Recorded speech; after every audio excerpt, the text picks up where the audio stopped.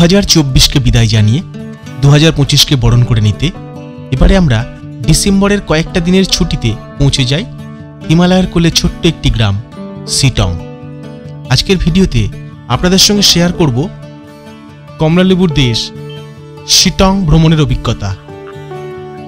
Train number 13145 Kolkata Radhikapur Express is arriving on platform number 5. সবাই মিলে এখন ব্যান্ডেল স্টেশনে রাধিকাপুর ঢুকছে। রাধিকাপুরে আমরা পৌঁছে যাব বারসই। কলকাতা থেকে রাধিকাপুর ধরে আপনারা ব্যান্ডেল হয়ে পৌঁছে যান বারসই জংশন, বিহারের বারসই জংশন। সেখান থেকে আপনি ট্রেন চেঞ্জ করে আবার পৌঁছে যেতে পারেন এনজিপি। এতে কিন্তু খুব সহজেই সিট পেয়ে যাবেন। যখন প্রচণ্ড চাপ থাকে, টিকিট পাওয়া যায় না ট্রেনে, সেই সময় কিন্তু আপনারা এই অপশানটা বেছে নিতে পারেন। এই রাধিকাপুর এক্সপ্রেস ঢুকছে ব্যান্ডেল জংশন স্টেশন। আমরা ব্যান্ডেল থেকে ট্রেন ধরছি আজকে।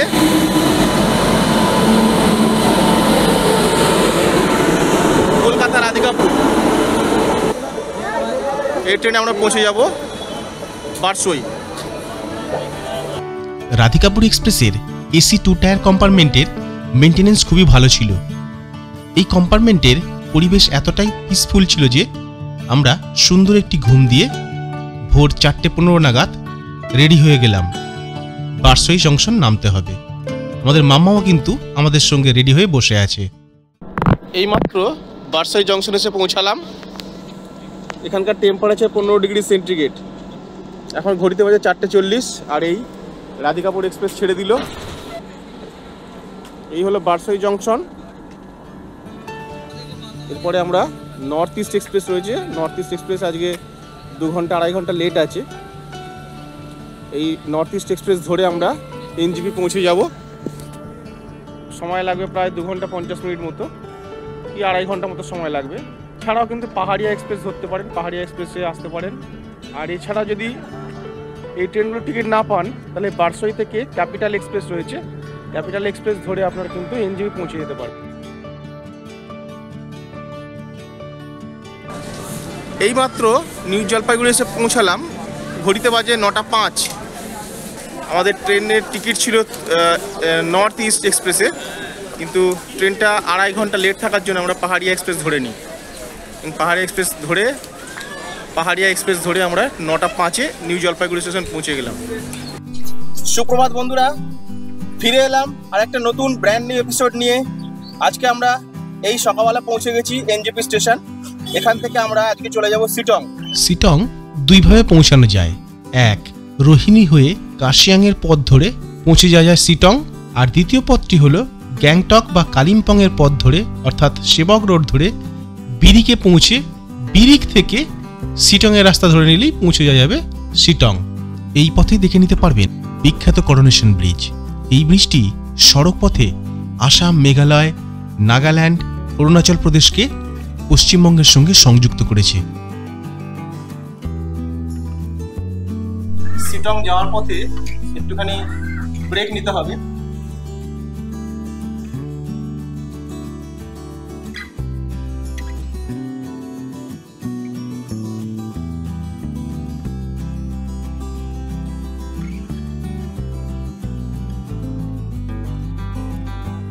জমে গেল। এই যে সামনে দেখতে পাচ্ছেন বিরিক দ্বারা, শিটং অহল দ্বারা। এই সামনে যে একটা বাঁদিকে রাস্তা উঠে যাচ্ছে, ওই রাস্তা ধরে আমরা পৌঁছে যাব শিটং। এই যে দেখুন বাঁদিকে কত ছোট্ট রাস্তা, এই ছোট রাস্তা ধরে কত সুন্দর ফুল হয়েছে, নার্সারি রয়েছে, খুব সুন্দর ফুল হয়ে যাচ্ছে গাছ। এবারে আমাদের শিটং ভ্রমণের সমস্ত অ্যারেঞ্জমেন্ট, যেমন হোমস্টে থেকে শুরু করে গাড়ি এবং অন্যান্য সমস্ত কিছু যিনি অ্যারেঞ্জ করে দিয়েছিলেন তিনি আর কেউ নন, সোশ্যাল মিডিয়ায় খুবই পরিচিত ফেস পিকে ভাই ওরফে প্রকাশ সুব্বা। আমাদের শিটং ভ্রমণের দ্বিতীয় দিন উনি কিন্তু আমাদের সঙ্গে থেকেছেন, তার ভিডিও কিন্তু আপনারা দেখতে পাবেন।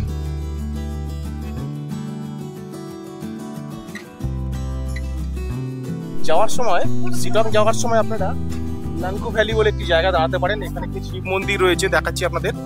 একটা সুন্দর শিব মন্দির রয়েছে, এখানে আপনারা গিয়ে ভগবান শিবের দর্শন করতে পারেন। পাশেই দেখুন লেখা রয়েছে আই লাভ লঙ্কু। এখানে সুন্দর একটি ভ্যালি রয়েছে, ভ্যালির ভিউ পাবেন আপনারা এখান থেকে। প্রচুর হাওয়া দিচ্ছে এখানে, প্রচুর হাওয়া, ঠান্ডা ঠান্ডা হাওয়া আসছে। এই যে লঙ্কু ঝর্ণা বর্ষাকালে আসলে দেখতে পাওয়া যায় এখানে। এই যে দেখতে পাচ্ছেন একটি ঝর্ণার মতো, যেখানে এখন জল নেই, কোনো ফোঁটা দু ফোঁটা করে জল পড়ছে এই ঝর্ণা থেকে। বর্ষাকালে এখানে প্রচুর পরিমাণে জল পড়ে এবং বেশ বড় মোটা আকারে ঝর্ণা আকারে জল পড়ে এখানে। এর নাম হচ্ছে লঙ্কু ঝর্ণা। এই জায়গাটার নাম হচ্ছে চুচেডুঙ্গা।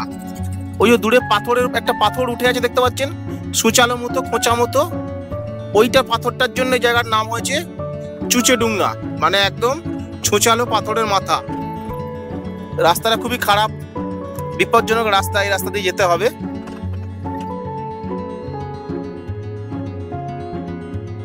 চুচেডাঙ্গা রাস্তার অভিজ্ঞতা নেবো এবার। দেখুন আস্তে আস্তে আস্তে।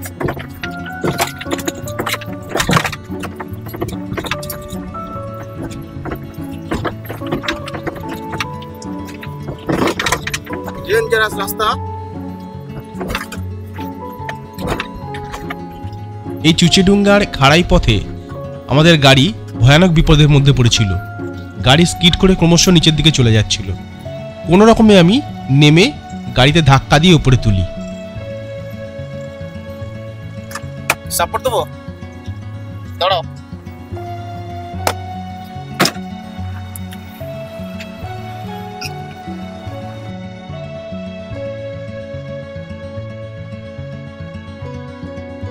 এই ধরনের ভয়ঙ্কর রাস্তার অভিজ্ঞতার সাক্ষী হয়ে অবশেষে আমরা এসে পৌঁছালাম সিটংয়ের কমলালেবু বাগানে।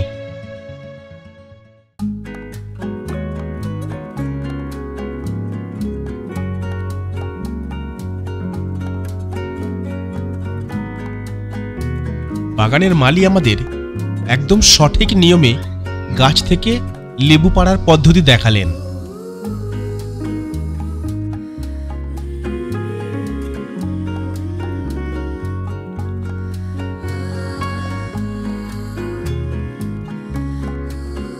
জগৎজোড়া যার নাম, সেই বিখ্যাত দার্জিলিংয়ের কমলালেবু নিজের চোখে দেখতে পেয়ে আমরা অভিভূত হয়ে গেছিলাম। যেদিকে তাকাচ্ছে সেদিকেই শুধু কমলালেবু আর কমলালেবু। ঠিক মনে হচ্ছিল যেন কোনো কমলালেবুর দেশে পৌঁছে গেছি।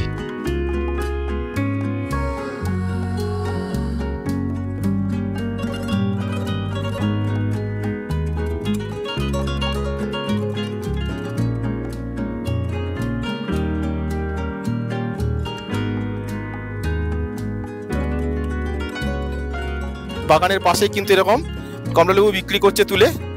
এই এখানে 12 পিস কমলালেবু রয়েছে, 200 টাকা দাম, এই বড় সাইজের আছে বলে। আর এই ছোট সাইজের কমলালেবুগুলো কিন্তু 100 টাকা ডজন বিক্রি করছে।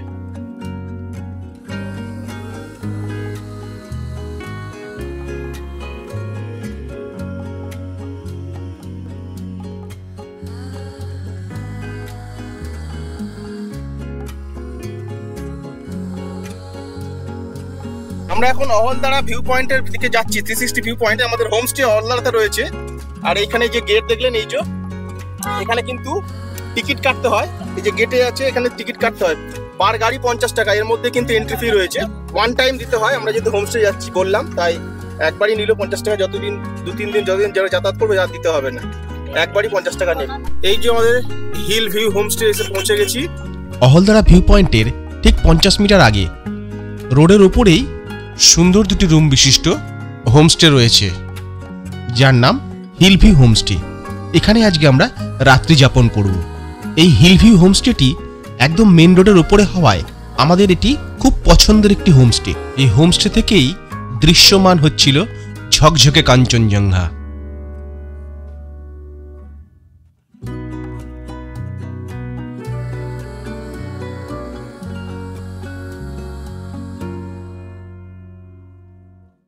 অহলদারা আপার শেলফু সিটং 3। এই হিল ভিউ হোমস্টেতে পৌঁছে গেছি। দেখুন সুন্দর সুন্দর দুটি হোমস্টে রয়েছে এখানে। এই একটা রুমগুলো কিন্তু দেখতে খুব সুন্দর বাইরে থেকে। আর এইটা হচ্ছে কিচেন। একদম মেন রোডের পাশে এরকম পার্কিং এরিয়া রয়েছে, এখানে গাড়ি পার্ক করতে পারবেন আপনারা। আর চলুন ঘরের ভেতরটা দেখিয়ে দিই আপনাদেরকে একটু।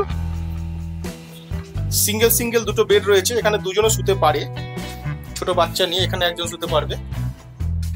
বাথরুমটা দেখিয়ে দিই,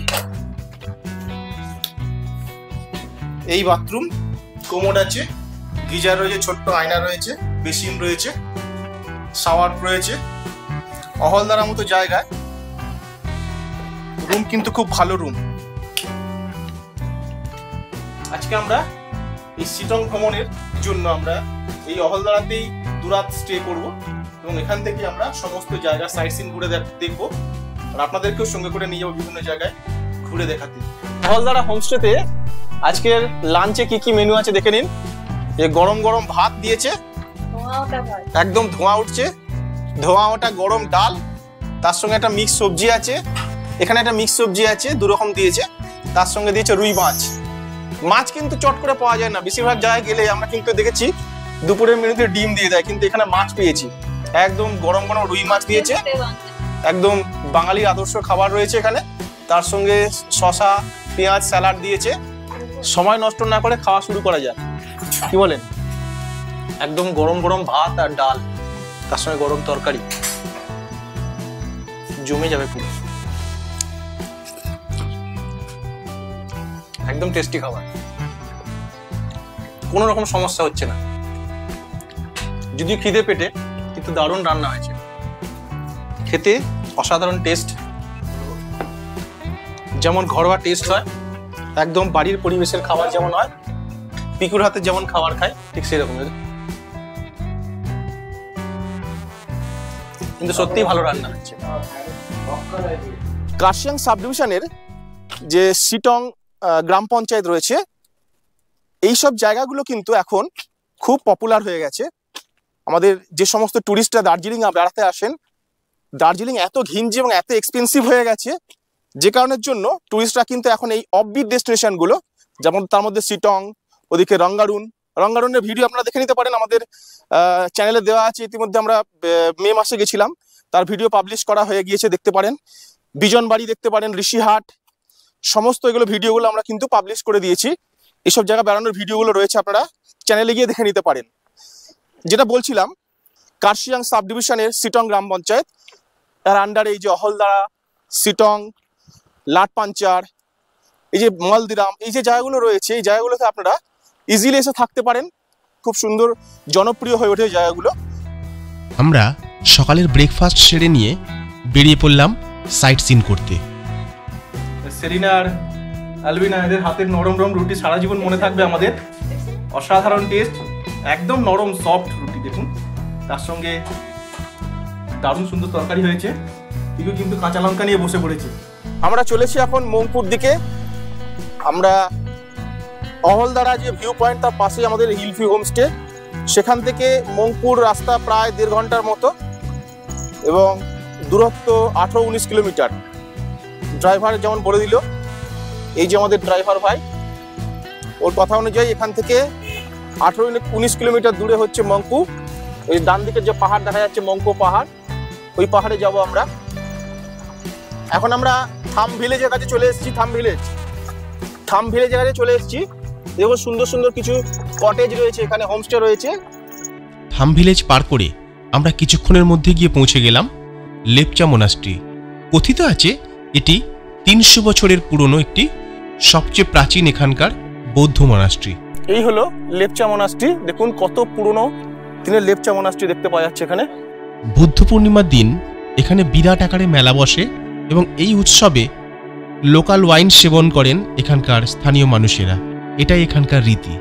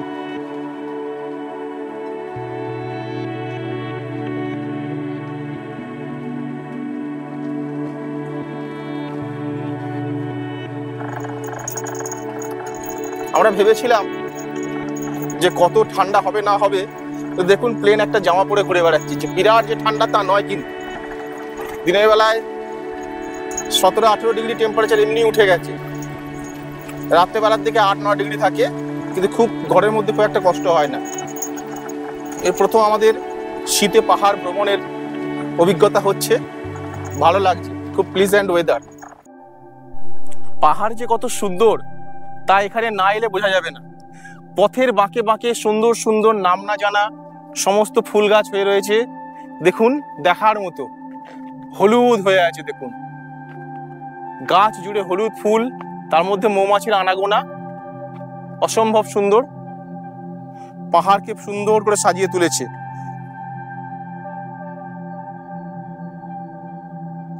দুচোখ জুড়ানো পাহাড়ি সৌন্দর্য আস্বাদন করতে করতে আমরা উপস্থিত হলাম যোগীঘাট।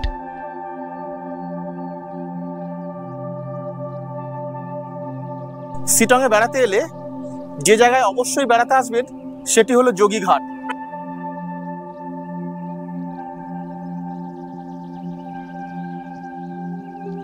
রিয়াং নদীর উপরে নির্মিত এই যোগীঘাট ব্রিজ একটি অত্যন্ত গুরুত্বপূর্ণ ব্রিজ।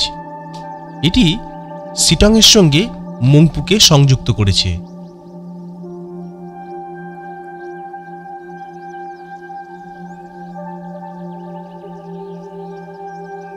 আগে এখানে একটি কাঠের ঝুলন্ত ব্রিজ ছিল। কাঠের ঝুলন্ত ব্রিজটি নষ্ট হয়ে যাওয়ার পর 2015 সালে নবনির্মিত এই ব্রিজটি বাবা রামদেব উদ্বোধন করেন।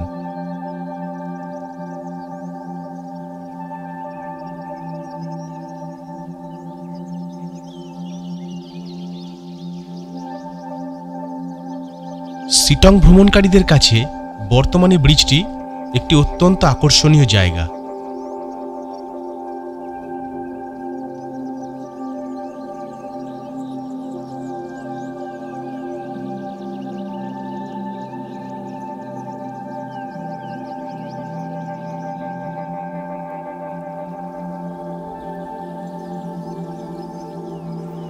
রিয়াং নদীর ধারে এসেছি আর যোগীঘাট ব্রিজে এসেছি।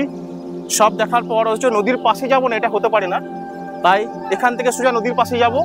ধীরে ধীরে রিয়াং নদীর জল হাত দিয়ে ছুঁয়ে দেখব আর একটুখানি কাছ থেকে নদীর পরশ নেব। চলুন যাওয়া যাক। খুব সাবধানে যেতে হবে এখান দিয়ে।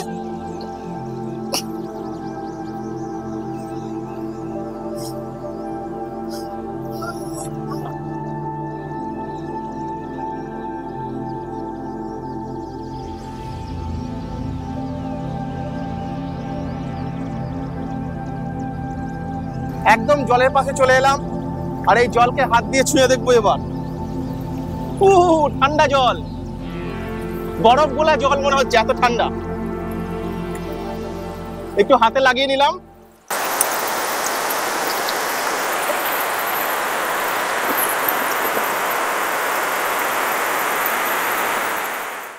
চলেছি মংপুর পথে। বাঁদিকে উঁচু উঁচু গগনচুম্বী পাহাড় আর রাস্তা দেখুন, শুধু উঁচু চড়াই রাস্তা, শুধু চড়াই রাস্তা এদিকে। যোগীঘাট থেকে প্রায় আধ ঘন্টা জার্নি করার পর আমরা পৌঁছে গেলাম মংপুর নালদাড়া বাজার। সেখান থেকে আরেকটু এগোতে আমরা দেখতে পেলাম মংপুর বিখ্যাত কুইনাইন ফ্যাক্টরি। এই যে জায়গাটা দেখতে পাচ্ছেন, এটা হচ্ছে মংপুর কুইনাইন ফ্যাক্টরি। এটা হচ্ছে হেড অফিস। এখানে কুইনাইন ফ্যাক্টরি রয়েছে। অহলদাড়া এবং শিটংয়ে যে সমস্ত সিঙ্কোনা গাছ চাষ করা হয় তার থেকে কুইনাইন প্রস্তুতির যে প্রক্রিয়া সেটা এই মংপুতে হয়। 1977 সালে তৈরি হওয়া এই রিসার্চ ল্যাবরেটরি মংপুর। এখানে কুইনাইন প্রস্তুত করা হয়। এই রিসার্চ ল্যাবরেটরি।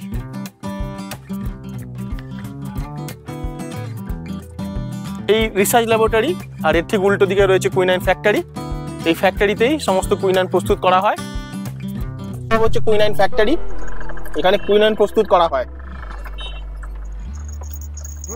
ডান দিকে যে বাড়িগুলো দেখতে পাচ্ছেন এগুলো সবগুলোই হচ্ছে কুইনাইন ফ্যাক্টরি।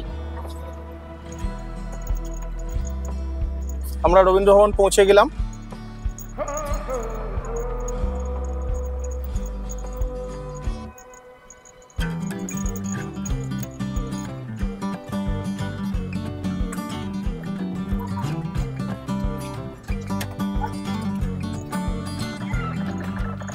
রবীন্দ্র মিউজিয়াম ঢোকার মুখে, গেটের মুখে এরকম একটি ট্রি হাউস দেখতে পাবেন। গাছের সঙ্গে সুন্দর ট্রি হাউস করা আছে। নবনির্মিত এই ট্রি হাউসটি খুব শীঘ্রই চালু হতে চলেছে। এখানে থাকার জন্য আপনাকে পশ্চিমবঙ্গ সরকারের ট্যুরিজম ডিপার্টমেন্টের অফিসিয়াল যে ওয়েবসাইট সেখান থেকে গিয়ে বুক করতে হবে।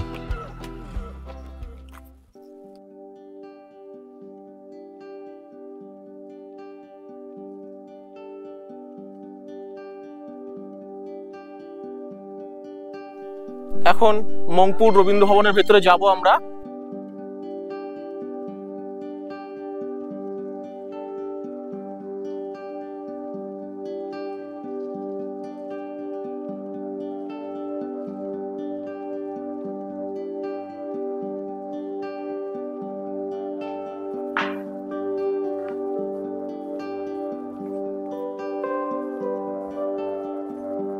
এই হলো এদিকে মিউজিয়াম।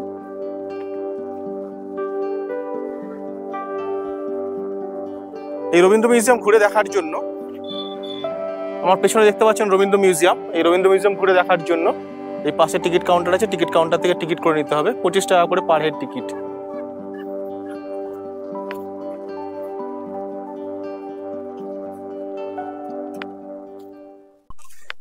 টাকা করে টিকিট কেটে নিতে হবে। এখানে দেখুন ওপেনিং টাইম দেওয়া আছে, সকালবেলা 9টা থেকে 12টা পর্যন্ত এবং বিকেলবেলায় 1টা থেকে 5টা পর্যন্ত এর ওপেনিং টাইম।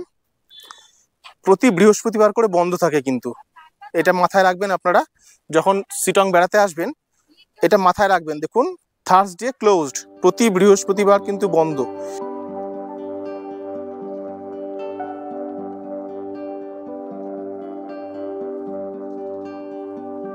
এদিকে এন্ট্রান্স দেখাচ্ছে, সুতরাং এদিক দিয়ে আমরা যাব মিউজিয়াম।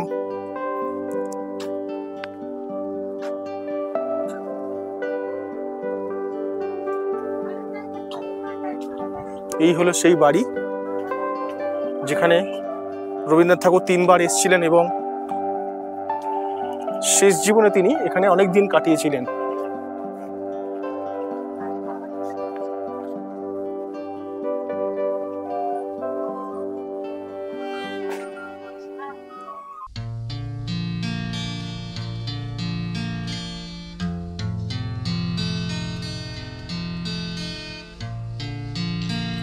নহন্যতে খ্যাত লেখিকা মৈত্রী দেবী এবং তার স্বামী মনমোহন সেনের অনুরোধে গুরুজি এই বাড়িতে 3বার আসেন এবং শেষ বয়সে বেশ কিছুদিন এখানে কাটান। এই বাড়িতে রেখে যান তার জীবনের অনেক স্মৃতি।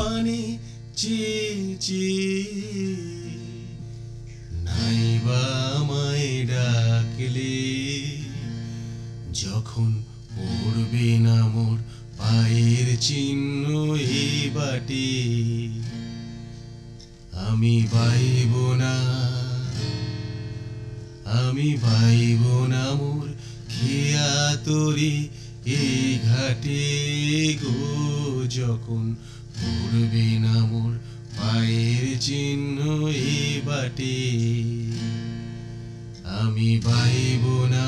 এই বাড়ির ভেতরে এক অদ্ভুত শান্তি বিরাজ করছিল। উপলব্ধি করছিলাম গুরুজিকে। এই বাড়ির প্রতিটি জায়গায় রয়েছে গুরুজির স্পর্শ।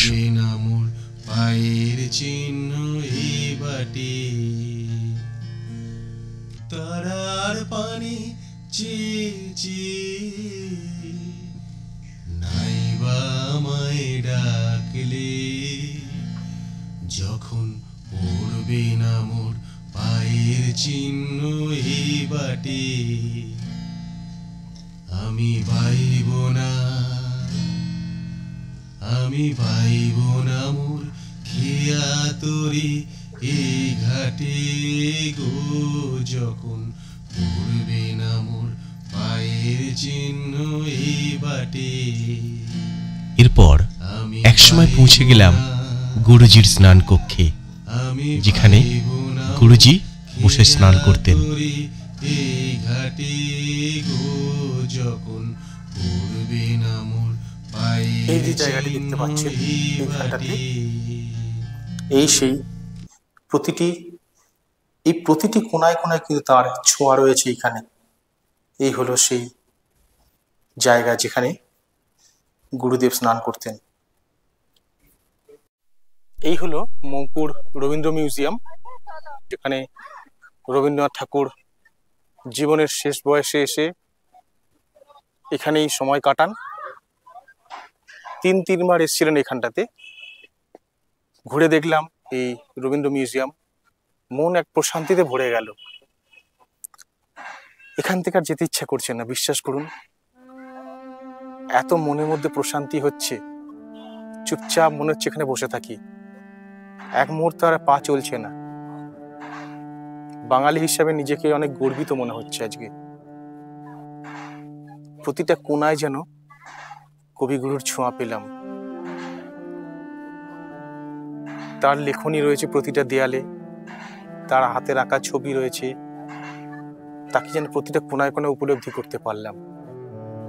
এখানে অবশ্যই আসবেন, সিটং বেড়াতে এলে অবশ্যই আসবেন এবং এখানে এসে দুদণ্ড সময় কাটিয়ে যাবেন। জীবনে অনেক শান্তি মিলবে, অনেক শান্তি পাবেন।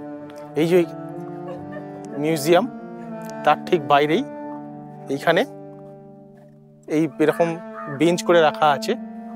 বেঞ্চে কিছুক্ষণ বসে সময় কাটাবো, তারপরে ফিরবো। খুব সুন্দর জায়গা, অবশ্যই আসবেন কিন্তু এখানে। মন কিন্তু প্রশান্তিতে ভরে যাবে। চলুন পিছন দিকটা একবার যাই, দেখে আসি।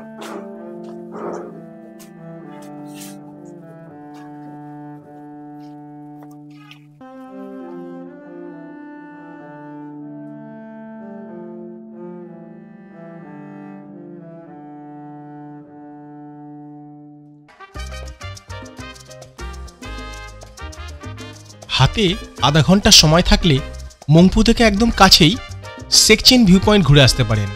সেখানে রয়েছে রডোডেনড্রন পার্ক।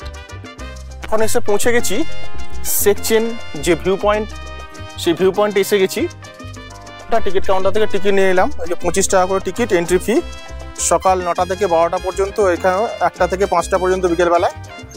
ওয়েদার পরিষ্কার থাকলে এখান থেকে কাঞ্চনজঙ্ঘা সবচেয়ে ভালো দেখতে পাওয়া যায়। এখান থেকে দৃশ্যমান হয় সম্পূর্ণ কাঞ্চনজঙ্ঘার রেঞ্জটি। ফগি ওয়েদারের জন্য কিন্তু আমরা এই রেঞ্জটি দেখতে পাইনি।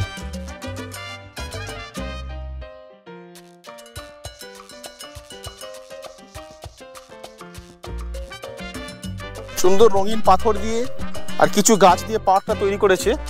এখানে আসতে পারেন এবং প্রচুর গাঁদা ফুলের গাছ লাগানো আছে।